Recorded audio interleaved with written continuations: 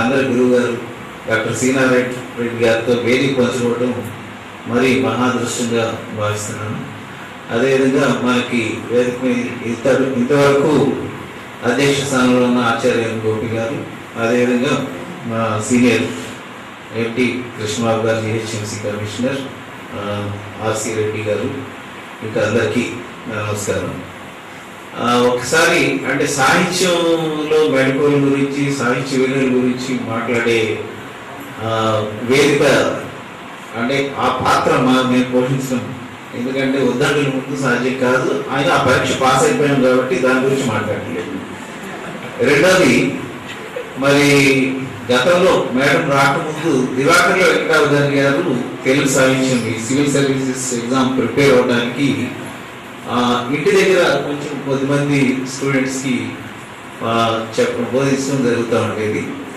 ఆ రోజుల్లో అంటే నాకు పరిచయం, నేను ఎగ్జామ్ ప్రిపేర్ అవుతా కాదు, మా తమ్ముడు శివకుమార్, తను 1989లో 88 ఎగ్జామ్స్ అభ్యంతరం అయితే ఏమీ లేదు. సో ఆ రకంగా మరి మా తమ్ముడు శివకుమార్ మేడం దగ్గర చాలా అత్యంత శ్రద్ధాశక్తులతో తిని అప్పట్లో తన మార్క్సే నంబర్ 1గా మరి రావడం, సర్వీస్ రావడం, ర్యాంక్ రావడం, ఐఆర్ఎస్ రావడం జరిగింది.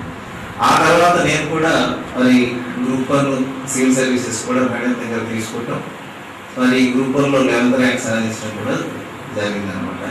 అయితే విషయం ఏంటంటే, మనకి మన ప్రజాస్వామ్యంలో అన్ని ప్రాంతీయ స్టేషన్లో రావడానికి అందుకోసమేమో మరి సివిల్ సర్వీసెస్లో తెలుగు సాహిత్యాన్ని ఒక వన్ ఆఫ్ ది ఆప్షనల్స్గా పెట్టడం జరిగింది.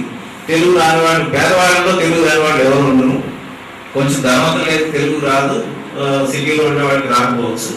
సో ఆ రకంగా డిస్ట్రిబ్యూటివ్ జస్టిస్ ఇన్ అడ్మినిస్ట్రేషన్, మామూలు రిప్రజెంటేషన్ రావడం కోసం లక్కీగా పేదవాడికి గ్రామీణ ప్రాంతం, ఆయన గ్రామీణ ప్రాంతాలను చదువుకుని ఉన్నారు. గ్రామీణ ప్రాంతంలో వాళ్ళు వచ్చి సివిల్ సర్వీసెస్ లో స్థానం సంపాదించి